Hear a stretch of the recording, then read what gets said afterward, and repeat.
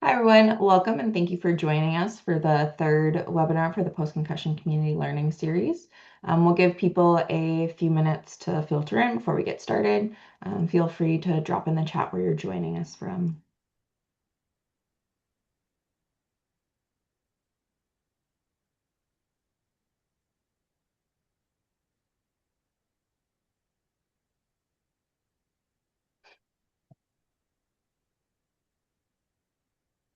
Toronto area, Innisfil, Ontario.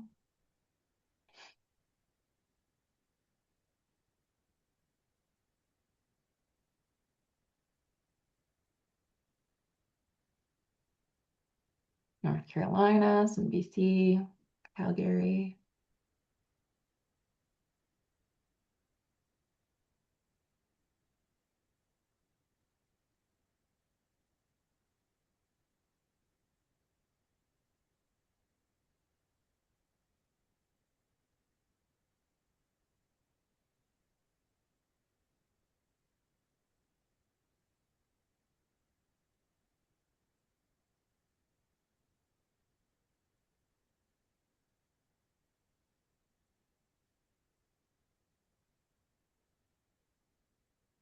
Okay, it looks like it's slowing down a bit.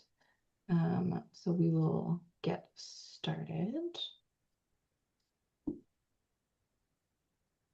So my name is Taya Latulip. I'm the Director of Patient Caregiver Services at Concussion Legacy Foundation Canada. Today's webinar is about energy and PCS.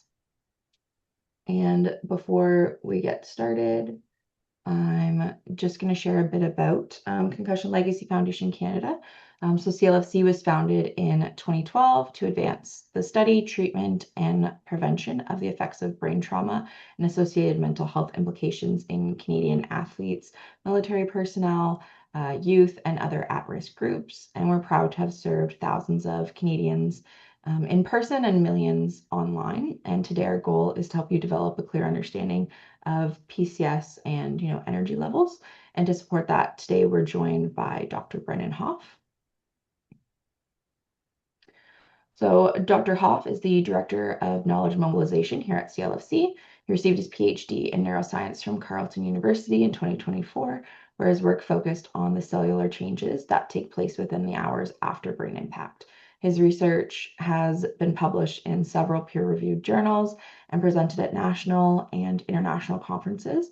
Brendan is passionate about explaining the complexities of the brain and shares his fascination through accessible, engaging education. And outside of work, Brendan is a member of several sports leagues around the city of Ottawa, and he's passionate about making the sports he enjoys safer for everybody. He has a 4.5-year-old black lab who keeps him busy and is almost always looking for attention. She may at some point be seen in the background. Today he's here to share about PCS and energy, and if you have any questions throughout the presentation, be sure to drop them in the Q&A box so we can address them once we're to the Q&A portion. Following his presentation, we will have that Q&A period, and we will also share additional free resources offered by CLFC to support you during your recovery. And before we get started, I just want to note that all webinars in this series are for educational purposes only. And if you have specific questions related to your situation, our helpline is a great resource for that. And Brendan, welcome and thank you for joining us. Thank you, Taya. Let me just get this on the go. All right, so we should be able to see my screen. Let me just, there we go.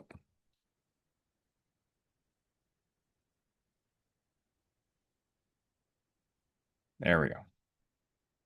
Okay, so yeah, thank you, Taya. Hello, everyone, and welcome to the third session in our community learning series here at the Concussion Legacy Foundation Canada. As Taya mentioned, my name is Brendan Hoffe, and today's topic is what I'm calling the energy game. It's the idea that a concussion or a traumatic brain injury throws off the brain's energy supply and demand, and that mismatch is behind a lot of what you're feeling in your recovery. So if you're joining us for the first time, don't worry. I'll explain everything as I go along. So you don't really need that much of a neuroscience, but also science background to follow along. I'll do my best to break things down. And if you've been with us since the first webinar, you're going to start to see some familiar ideas come back into play, and we're going to continue to build on those ideas, okay? So, first, we're just going to go over a brief overview about what we're going to be talking about today. So, this webinar is particularly exciting for me because, as a former cellular neuroscientist, this is what I was studying when it comes to kind of this energy crisis, but at the very beginning of what happens in traumatic brain injury. So I'll do my best to contain my excitement, but also break things down for everyone who is attending this webinar. First, we're going to look at what and describe what is actually or what's actually happening to the brain's energy system after a traumatic brain injury. That's the biology piece, and I promise to keep things kind of grounded and practical rather than being overly technical. So just keep that in mind. From there, we're going to look at kind of the potential long-term effects of this energy disruption, put stuff into context. And so hopefully the info from this session will put into perspective as to why symptoms may flare up in the weeks to months afterwards, what you're feeling with when it comes to post-concussion syndrome. Then we're going to kind of talk about the day-to-day experience when recovering, meaning what it actually feels like and how to work with it rather than against it. And by the end, I hope that, or by the end, I hope that my talk will be able to give you some walkaway ideas about what your recovery feels like when it comes to energy regulation, or help try to explain some stuff that's going on within your brain and some kind of practical everyday takeaways that you can use and start to build this concept in your head. Okay.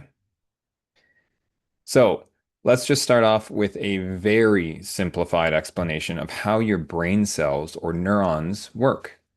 You can think of you can think of the brain as running on this kind of go or no-go system. These neurons are either being told to fire, which is the go signal, or told not to do anything, which is the no-go signal.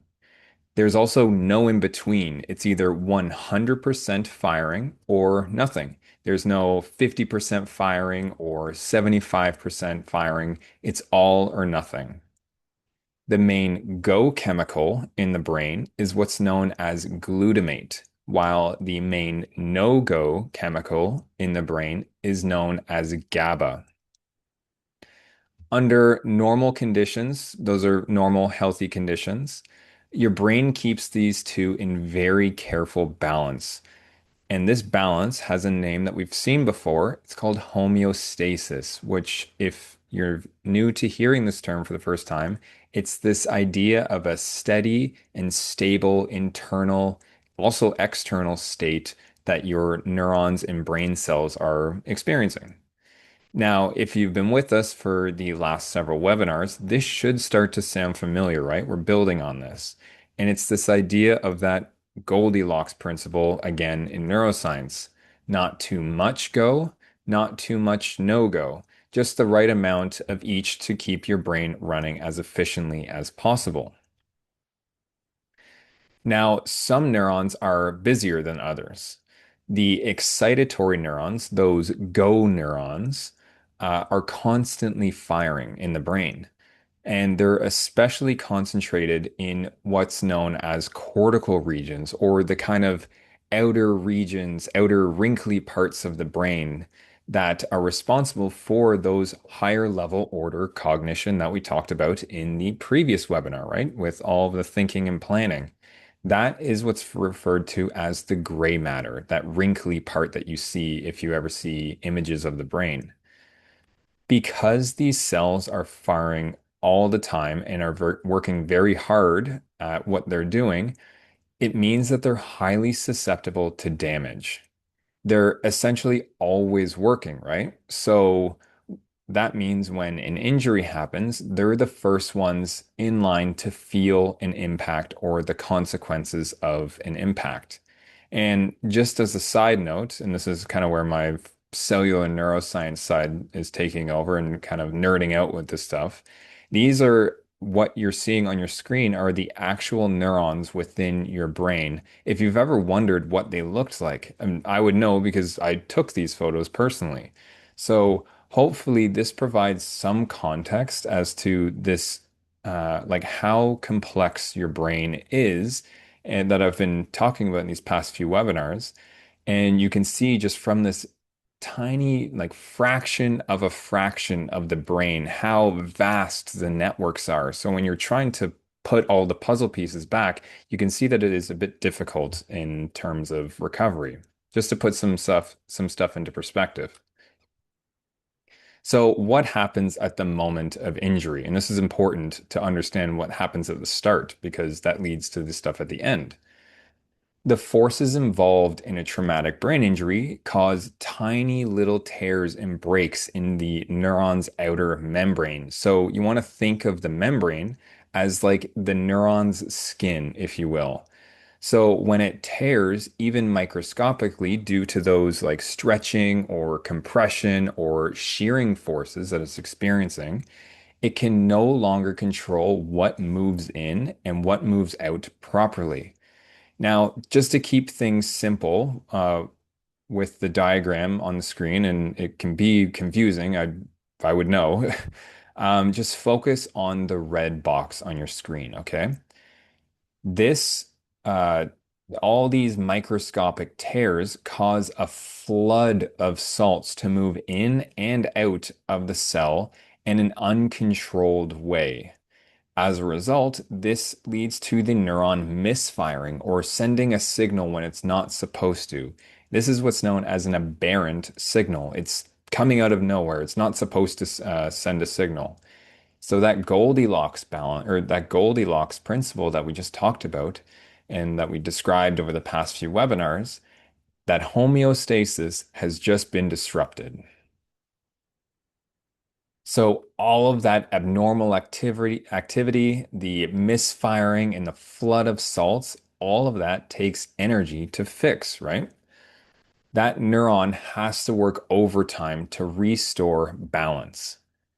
And that energy comes from these tiny structures inside your cell known as the mitochondria. Now, if you grew up in a time like I did and you were learning about stuff in like high school biology, I'm sure that it's been drilled into your mind the mitochondria is like the powerhouse or the reactors of the cell, and that description fits and holds up here, right?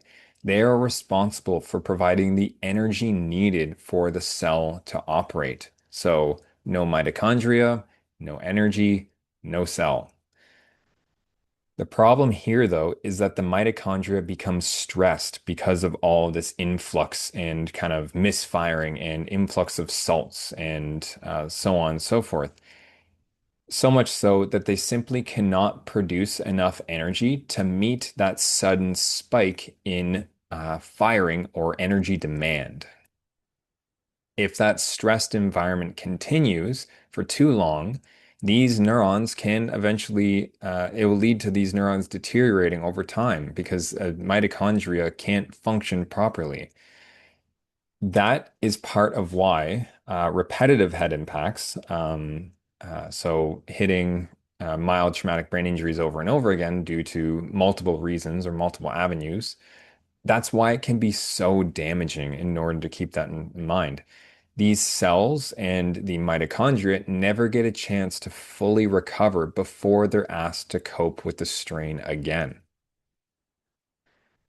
Now, because of that energy shortfall, certain chemicals within the brain can stay elevated for a very long period of time after the injury. And the mitochondria is trying to cope with all of that at the same point.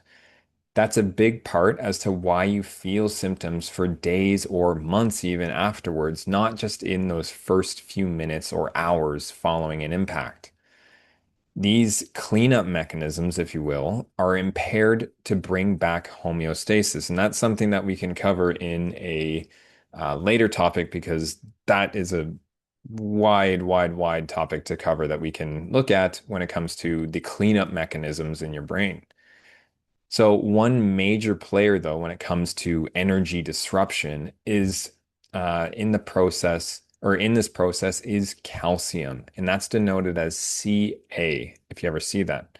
So this is a charged particle that's responsible for a wide amount of your brain's signaling and processing of those signals. In fact, too many to explain specifically in the purpose of today, but for excitation, it plays a massive role. So, if you look at that chart there that you can see on your screen, there is an initial massive energy spike that occurs shortly after an injury takes place, causing all this excitement to ramp up. It causes all of this energy to be consumed because of what's going on in the brain and all these salt influxes and effluxes and movement of cell resources and firing. All of that takes energy. But as the brain begins to heal, it actually enters into a lowered state of activation on purpose.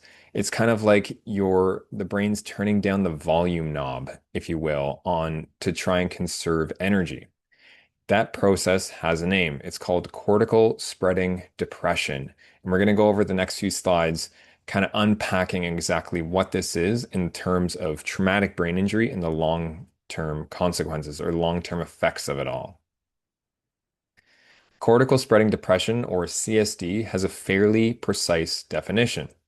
It's a brief wave of heightened excitation followed by a long-lasting depression or slowdown of activity across the cortex. And remember, it's that gray, wrinkly part that you might see in an image. This is the outer layer of the brain. I find it helpful, and it's been described in the literature as well as kind of this brain tsunami, if you will. It's this initial surge or increased wave of, or sorry, a wave of increased energy and activity, and then it recedes and leaves a much quieter, lower energy state behind it for an extended period of time. Now, most of the symptoms that we tend to associate with post-concussion syndrome or PCS show up in that second, quieter, low energy phase, not in that initial surge. So, getting the brain back to its balanced state after this wave of enormous amounts of cellular energy, and you got to remember too, is that this is happening when the brain's energy producers, the mitochondria, are already stretched close to their limits. That combination of a huge energy demand landing on the cells because like all they're trying to clean everything up and kind of bring everything back, they're already working at near max capacity. And this creates a genuinely vulnerable window of time and vulnerability for your brain cells and potential future impacts or what you're experiencing in the long term. Now, this lowered state of activation doesn't just affect the brain cells specifically. It also disrupts blood flow from the brain in the longer term. Normally, your brain is very good at regulating exactly how much blood goes where and when, based on whatever the different needs of a region of the brain is required at that moment. This is called cerebral autoregulation. Now, after a traumatic brain injury, that regulation system becomes compromised. The brain has a harder time fine-tuning its own blood supply, which matters because I'm sure, as we're all aware, the blood is what brings the oxygen and nutrients to the brain, especially in times that it needs to heal. It requires a lot more resources. So this plays out in two stages, okay? In the short term, blood vessels actually widen. the chemicals get released after an impact that relax the cell or relax the vessel walls, and that widens and increases the pressure inside the skull. This can contribute to that heavy, kind of pressured feeling some people describe shortly after an impact to the brain. In the longer term, the dial actually goes the opposite way. As your brain begins to try and regain homeostasis, these blood vessels constrict or narrow, and that's called vasoconstriction. When these vessels narrow, the critical nutrients that your brain needs for recovery get delayed on their way to where they're needed, and there's a traffic jam, if you will, of blood supply. So in a strange way, the brain's blood vessels they overreact going from too wide in the initial stage, so swinging one way, so too much. They swing the opposite way and go too narrow as they're trying to find this middle part to balance in again. So this actually connects back to something that we covered in webinar one. So let's just do a quick refresher. It's that the brain actually itself doesn't feel pain. I know it's hard to believe, but it doesn't. There are no sensory receptors or pain sensors inside the brain tissue itself. So where do these headaches come from then when it's in post-concussion syndrome or traumatic brain injury? It's this altered blood supply or altered blood flow that we've been describing as a possible mechanisms. The blood vessels contain stretch receptors, and these are structures that respond to either the vessel expanding or contracting. When those vessels widen and narrow in abnormal ways, the specific sensory stretch receptors pick that up and they generate the sensation that we experience as a headache, or it's a possible mechanism for what we're feeling as a headache. It's not actually the brain tissue that's hurting, it's the blood vessels around it. Okay. So I know I've thrown a lot of biology at you in the last several slides, so let's just try and translate some stuff into plain English, okay? And it's also worth reiterating that, as Taya mentioned at the start, these slides will become available after the webinar is completed. We'll be posting on YouTube, all of that kind of stuff. So feel free to go back. I encourage you to re-listen to some stuff if it doesn't make sense in the time that we have today. So if there's anything to take away from this webinar, it's this, okay? Energy disruption after a traumatic brain injury comes in two components. The first is this sharp rise in energy production and usage. It's your brain kind of scrambling to respond to the initial damage. And this happens in the first hours to days after an impact has occurred. It's consuming a bunch of energy to try and or to cope with what's going on inside the brain cells. The second phase is a prolonged period of energy depletion and slow recovery because it's used up all of those resources and takes a long time, or it can take a long time to recover those resources. So this stretches into days, into weeks, and sometimes longer, especially when it comes to post-concussion syndrome. So if you remember nothing else from this science section, just remember this. The brain spikes hard in energy consumption right after an impact has taken place, and then it runs on a deficit as it tries to recover. And this deficit was what what shapes so much of the recovery. So let's just zoom out for a second and kind of look at things from the bigger picture, okay? So, traumatic brain injury, whether mild or severe, because it's been shown that this happens in humans for both circumstances, can lead to this spreading of depression of activity that we've been discussing over this past few slides. In severe traumatic brain injury, actually, this happens in an estimated 50 to 90% of patients, as some reports have indicated. So it's actually a very common part of the injury process, and it's not this just rare complication. This is for severe traumatic brain injuries. one important consequence is that the brain recovering from an injury has an increased susceptibility to future traumatic brain injury events. So, this threshold of how much force it takes to trigger another kind of symptom flare or what you're experiencing from the injury gets lowered. Essentially, the brain's normal balancing act or balancing methods, that homeostasis that we've talked about quite a bit now, is altered and it takes less to tip things off if it happens again.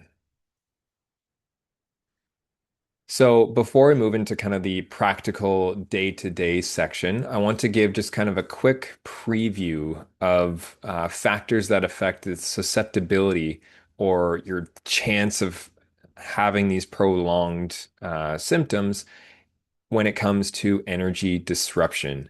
And we're going to go over this in a deeper session in a later webinar.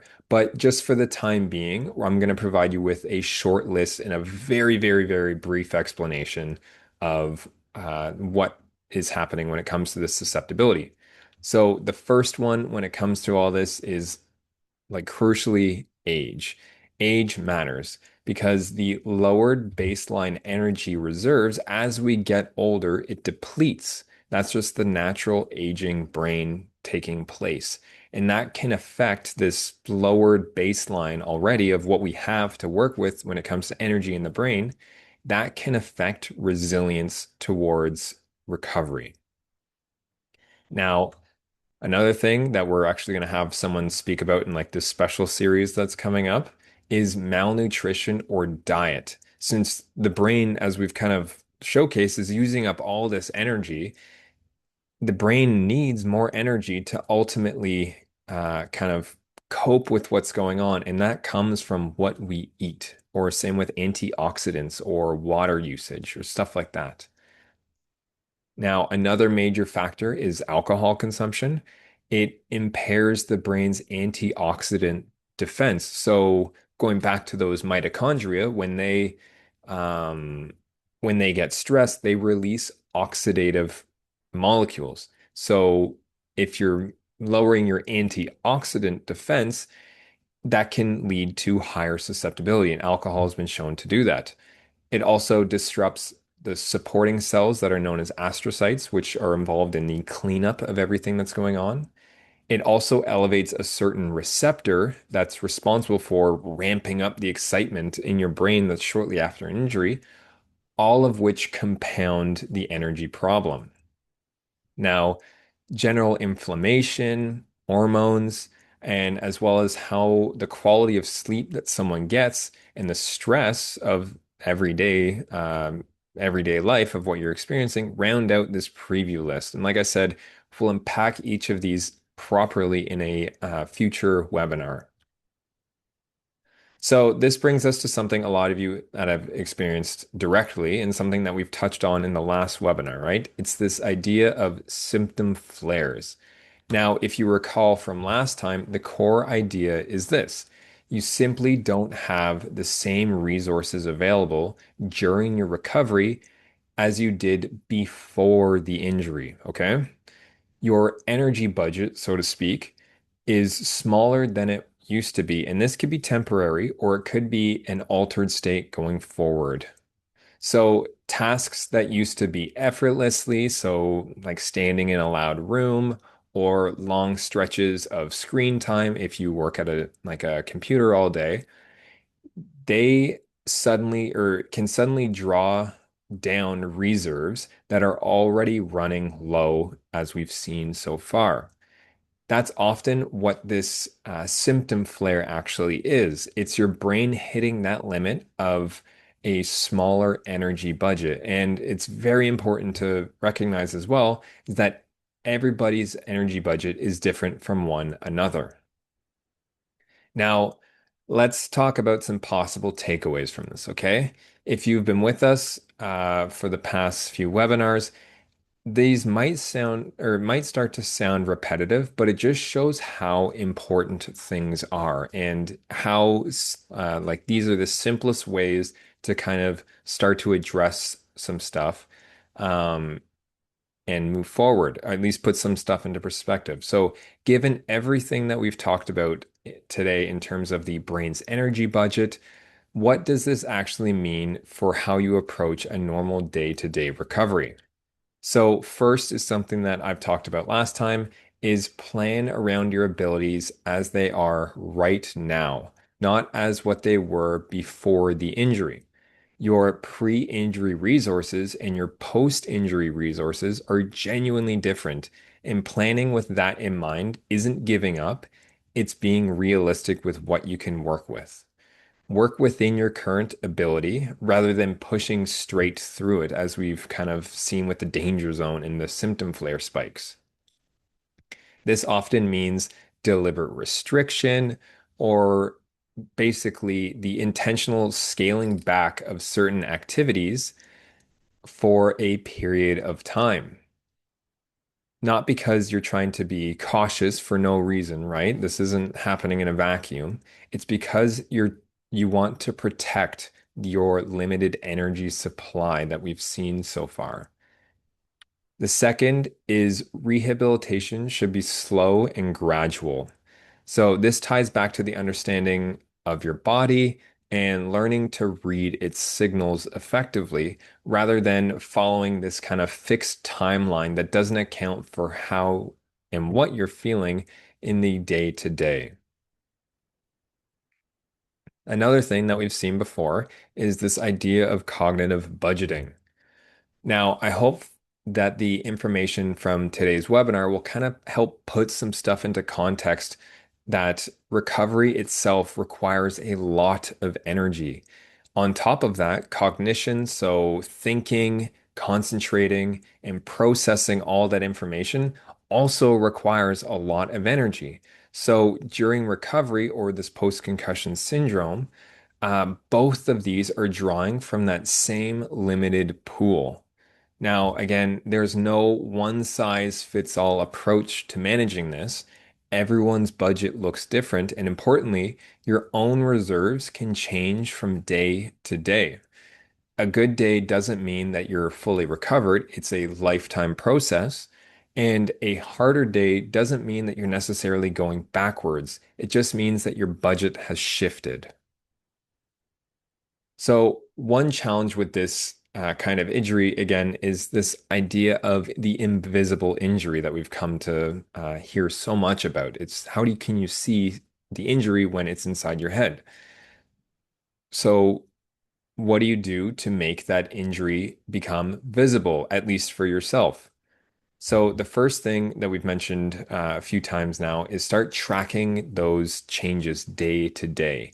That can be as simple as a written journal or just a few notes as to how you felt or what you did that made you feel like that. It might sound like repetitive, but it is a very important thing to recognize what's tipping you off so that you can move forward with that knowledge because you might not be able to remember what happens at 8 in the morning when it's 3 in the afternoon, but you feel off somehow. So just keeping a written journal is a very, very good way and very simple and cost-effective way at moving forward with your PCS recovery, or just keeping that in mind, I should say.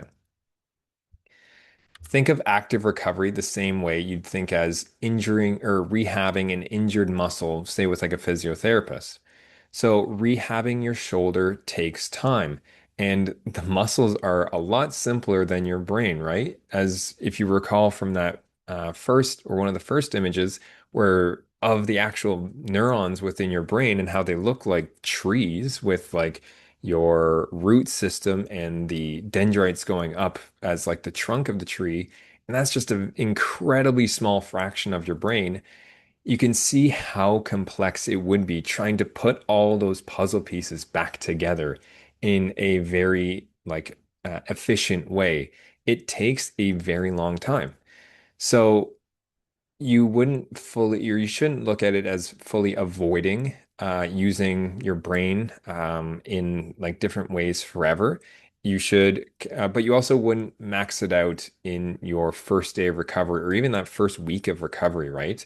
It's kind of this understanding that it's a very complex organ that it needs to take time to heal. The same gradual approach applies to rehabbing the brain when it comes to what you're experiencing. Stay actively involved in the recovery process. And finally, another good way is to prioritize what your primary needs are first. So this could be prioritizing your sleep quality because it is very, very or it's beginning to get very well established about how sleep clears out and kind of washes the brain, and that helps with symptom recovery. That also helps with the kind of longevity of things. So maybe and you're not getting good sleep. Maybe it's prioritizing your sleep first, or how to improve your sleep quality. Or maybe that's establishing a better understanding of your cognitive safe zones so that you can work within your energy reserves that are altered because of the traumatic brain injury, and better understanding that kind of high threshold point where you don't tip into those like burnout zones, if you will. Now, this brings us to the end of today's session. I'm looking at my watch and it says about 34, 35 minutes. So to summarize, an injury to summarize what we talked about today, an injury to the brain, so traumatic brain injury, throws off the brain's energy balance with a first initial sharp demand in energy consumption and production, with a longer period of depletion and recovery. That deficit is behind, or what is possibly behind, a lot of what you're experiencing in the day to day. So, with that, I just want to say thank you, everybody, for attending to today's quick little community learning series. I hope you found some information useful and ability to understand just what goes on with the energy consumption right at the start, and what happens, or how that leads things into the prolonged stuff, because we have to start at the start when it comes to this kind of stuff, okay? So on screen, you're going to see some helpful information, such as our helpline that Tay is going to provide, or I think it's Abby will provide some links in the chat if you're interested in reaching out. We're here to assist you for free, to connect you with resources available to help your recovery, or just answer some questions as to what's going on. I also want to plug our Instagram, where we're also going to be doing a few of these kind of mini explanation videos on our Instagram soon that talk about topics like this in like reels and stuff like that. So make sure to follow us if you haven't already, to stay up to date about those. So I'll look to Taya now for some possible questions from the chat if people want to discuss some stuff. But thank you, everybody, for coming out today. Really appreciate it, seeing some returning returning names, I should say. And I hope everybody has a good weekend. Thanks. Thank you, Brendan. That was a great presentation. We do have some time to take some questions, so if you have any, please drop them in the Q&A. Just a quick reminder that this webinar is for educational purposes only, so any medical or mental health advice is outside of Brendan's scope and expertise. So anyone posing those questions, we will skip those ones. So there's a question about when low energy fatigue lasts for several years after the energy. What's the cell level explanation for that? Yeah, so that's a good question because it kind of gets at the longevity of stuff, right? So my my take with that would be possibly like it sounds like when it comes to the long-term effect of things, that could come down to the susceptibility factors or kind of risk factors that we're going to be talking about in a later webinar. But it's difficult to kind of pin one thing down when it comes to the cellular side of stuff, because one cell just doesn't do like it's a grouping of cells that cause like activation or something like that. So In terms of the longevity, it could be your energy producers, so those mitochondria being disrupted in the long term. They could be damaged. It could be like a genetic factor that's involved in regulating the stuff. It could be inflammation that's involved because the ties to this whole cleanup aspect that inflammation's involved in. It could be a whole host of stuff, but when it comes to the cellular side of things, it's largely to do, I would put like my expertise into like your energy disruption and those energy producers being altered, or like the ability to control the influx of salts or chemicals into the cell. Thanks, Brendan. Um, Someone asked, they said, you mentioned the issues that make a person susceptible to greater impact. What concrete things can you do to mitigate these after the fact, like years after the fact? Right. So some of them you can't get around. That's unfortunate as it is, like age, the susceptibility factor with age. It's like that's just something that like someone who doesn't have post-concussion syndrome will still be experiencing these shifting and energy demands. A possible kind of way to get like one that is available to um, change like your lifestyle would be like diet. And like I said, we're gonna have someone, an expert in this like upcoming, like we'll call it like a special webinar series, I guess, that is going to be talking about diet and how that plays into recovery and plays into the longevity of things. Another thing could be exercise. So there's a good amount of substantial evidence showing that just simple exercise kind of allows for like blood flow regulation, kind of put some stuff back into like a normal cadence, if you will, of like inflammation, all that kind of stuff. Another one that's very important is this idea in sleep. So these are kind of like some of the stuff that you can actually change yourself, right? So you can change your diet, you can go for a walk if you're able to, or some type of aerobic or exercise for a short amount of time. The third one is sleep. So sleep's fascinating because it actually during like deep sleep, your brain actually gets washed. So if you're and kind of clears up a lot of the debris or a lot of these chemicals that are uh, playing a part in this damage that or this altered state that you're experiencing. So making sure that you get high quality sleep, you're going through all the stages of sleep is an important kind of another one that you could take and actually do something with when it comes to the susceptibility factors. But unfortunately, some of them are just you can't necessarily change, like age or like even hormone levels for that matter. It takes a lot to alter hormone levels in a like productive way when it comes to this because too much of a hormone could go one way, too little of a hormone can go the other way. So it's very difficult to nail down exactly what, but there's at least three there that you can tangibly do. Thanks, Brendan.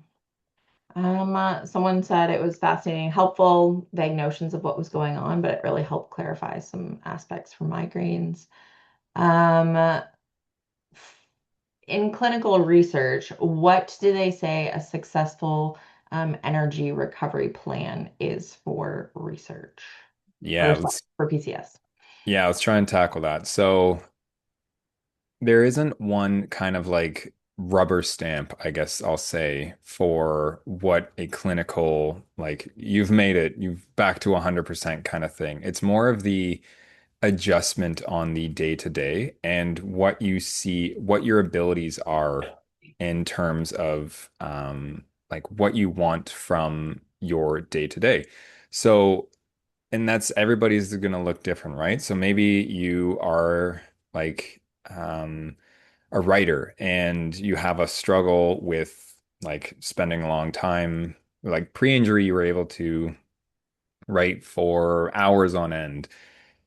Someone's kind of clinical recovery that could be like you've made it back to like this baseline, I guess, if you will, or this new baseline that's shifted, is being able to write for an hour or write for 2 hours. So, or if you're someone who looks at screens a lot, it could also be that you're able to like spend extended periods of time, maybe not as much as you would post or pre-injury, because again, that stuff gets shifted. But it's this idea of what you feel like you've gotten back to as a comfortable and a comfortable level without experiencing those symptoms. So without experiencing like the immense headaches or the vertigo or um, like concentration issues, like all of those stuff kind of play into one another. But if you can do extended periods of time without like feeling those symptoms, that's where the clinical kind of win, I guess, if you will, and that will shift as you go in, even through life as well. Brendan. I see a few questions in the chat, guys. Just use the Q&A so things don't get lost. There's a question about supplements. We can't comment on that. Someone asked, could an accompanying neck injury also affect energy level if blood flow and brain fluid are disrupted?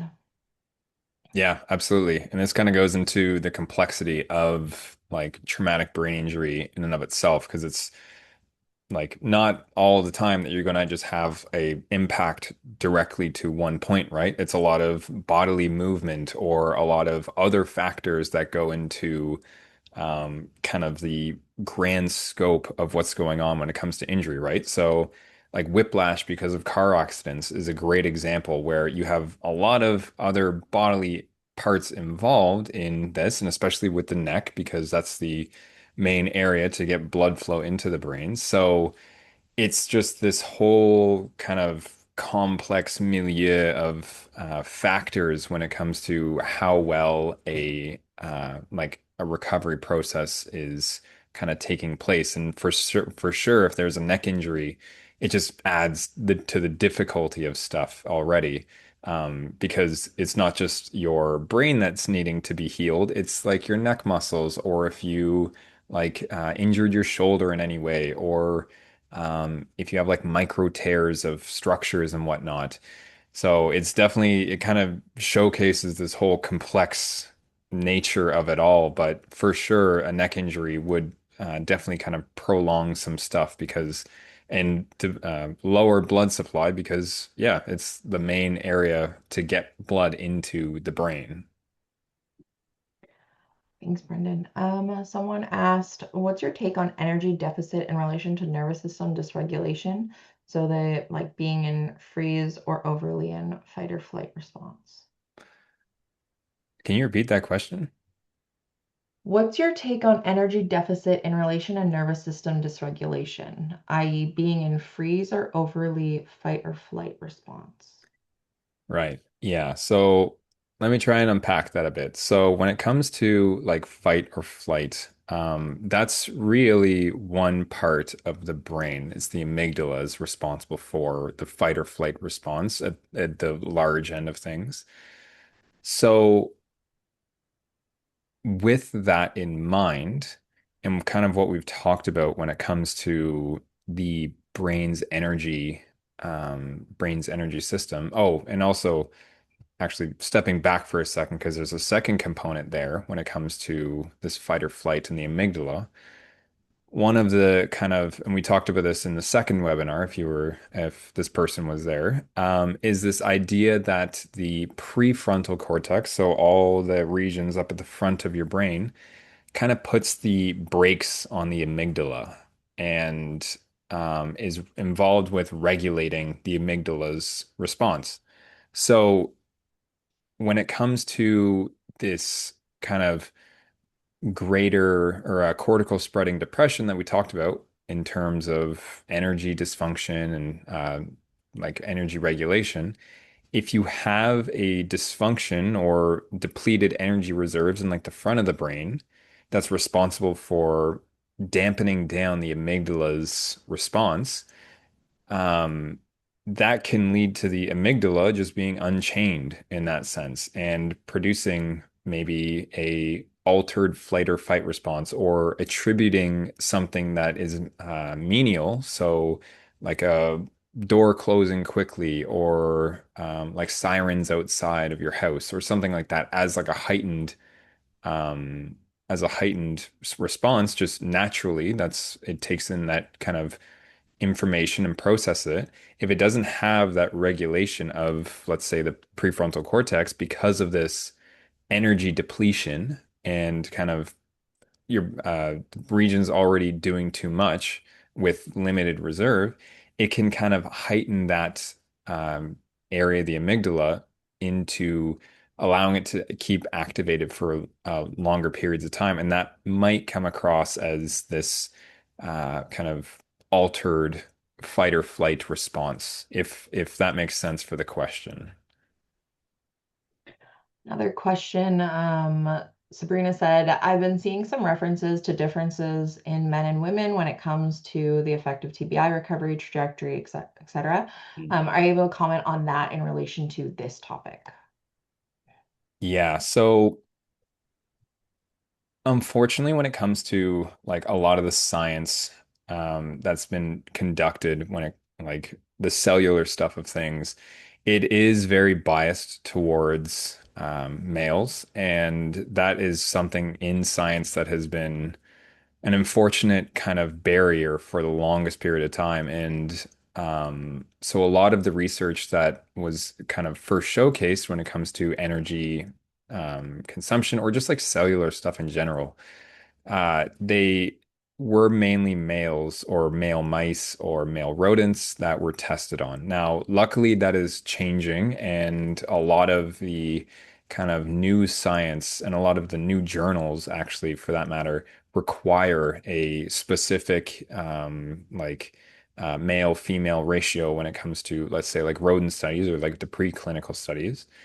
But when it comes to what's out there, the information or like the research that I've seen when it comes to like the female involvement largely involves like hormone balance and the ability for hormones to play a role in the kind of uh, regulation of what's going on. So I talk about, or in today's session, I talked about like glutamate and GABA as kind of the go or no go chemicals.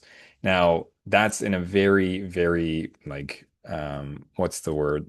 Like microscopic or like very magnified way of focusing on those two. But those excitatory cells that are responsible for sending off glutamate are secondarily impacted by hormone levels. So it kind of goes into this, we go from like a cell to a region or like a population to a global network. One hormone acting on one cell isn't necessarily going to change everything, but when you start to expand out, that's when things start to actually take effect. So hormones in this sense would play a major role when it comes to the differences between male and female when it comes to the research, at least from what I've come across. But when it comes to the actual cells themselves, it's pretty, uh, I don't want to say simple, but it's very kind of on or off in that sense. It's when you start to expand out, that's when the influence of other factors take effect. Thanks, Brendan. Sorry, guys. Could you comment on the work of John Letty regarding the importance of subthreshold exercise very early in recovery? I have not come across that name, so I'd have to do a bit more background. But actually, maybe we want to keep a note on that name to the John Letty because, Yep. yeah, we have a physiotherapist in a few sessions that's going to talk to us, and that question might be a bit more geared toward our co-host that's going to host that, and we can kind of maybe prep him a bit of someone asked this kind of question when it comes to like the active recovery of stuff. Because yeah, that just that unfortunately falls out of my domain. But we do have an expert who's going to be joining us in October. And that might be a question better suited for that expert. Someone asked if you know whether prior history of PTSD, anxiety, depression, despite recovery from them, not requiring treatment for years, could still impact TBI recovery. Yeah, and again, it kind of goes in like I keep reiterating the whole complexity of like you could have previous injuries or you could have previous PTSD, and that has an involvement with like the susceptibility for sure, absolutely. So a thing is like you have neurons in your neurons do have some capacity to remember things. So even though you have a like you might be fully recovered from your symptoms, let's say with PTSD or something like that, those cells might still be firing. But again, like those are the individual cells that are kind of experiencing this or kind of responding to something. It's when you look at like the global network of things that they're able to um it's when you look at the global things, it's kind of able to what's the word? Like dampen down that potential for the signal to come through. So with traumatic brain injury, those cells that are responsible for kind of keeping things dampened might be impaired. And that's where this kind of heightened excitation or these like prolonged experiencing or sorry, prolonged symptoms that you experience might come back because those cells that were like firing because of like a change due to PTSD, and the brain does go through a lot of uh, like structural changes when it comes to PTSD. Those might be brought back up because the brain isn't able to inhibit or kind of control those anymore. So it's again this whole like the brain is as fascinating as it is, it's incredibly complex, and there's a whole kind of wash of different things that play an important role. But hopefully, it kind of this gives into perspective of like the like one cell doesn't necessarily do things. It's when you start to look at like the global region of things and kind of that global depression of activity might cause some stuff to come forward, if that makes sense. Thanks, Brendan. That's all the time we have for the Q&A, so I will share some resources now. Before we close out the webinar, I want to take a moment and share a few resources that CLFC has available to support you. So we have the CLF helpline that provides personalized support to those affected by brain injury. If you or someone you know needs guidance on finding the right provider, managing lingering symptoms, or has any other questions, you can submit a helpline request using the link in the chat, and a member of our team will be in touch. We also host weekly and monthly support groups for patients and caregivers navigating persistent post-concussion symptoms and suspected CTE. Those links are also in the chat. And if you are a patient looking for one-on-one peer support, our peer support connection program connects you with a trained volunteer with lived experience. If you're interested, the link for that will also be in the chat. You can also follow us on social media like Brendan mentioned. Links are listed here on the screen and also in the chat. And on behalf of Concussion Legacy Foundation Canada, thank you all for joining us. And thank you, Brendan, for your presentation. We will be hosting a follow-up discussion about this topic on Thursday, July 23rd from 10 to 11 a.m. Eastern. The registration link is in the chat. And our next post-concussion community learning series session will be held on Friday, August 7th from 10 to 11 a.m. We have added this extra session in August to welcome a special guest speaker who is a registered dietitian. Her name is Ashley Armstrong. And we'll also host that regular monthly session with Brendan later in the month. No need to register again if you've registered already. You'll use the same link for both. And if you want to be the first to learn about future events like this, sign up for our newsletter using the link in the chat, and you will receive a recording of today's session to the email that you registered with early next week, as well as Brendan's slides. And thanks again for being here, everyone. Have a great day. Thanks, everyone. Hope you have a good weekend.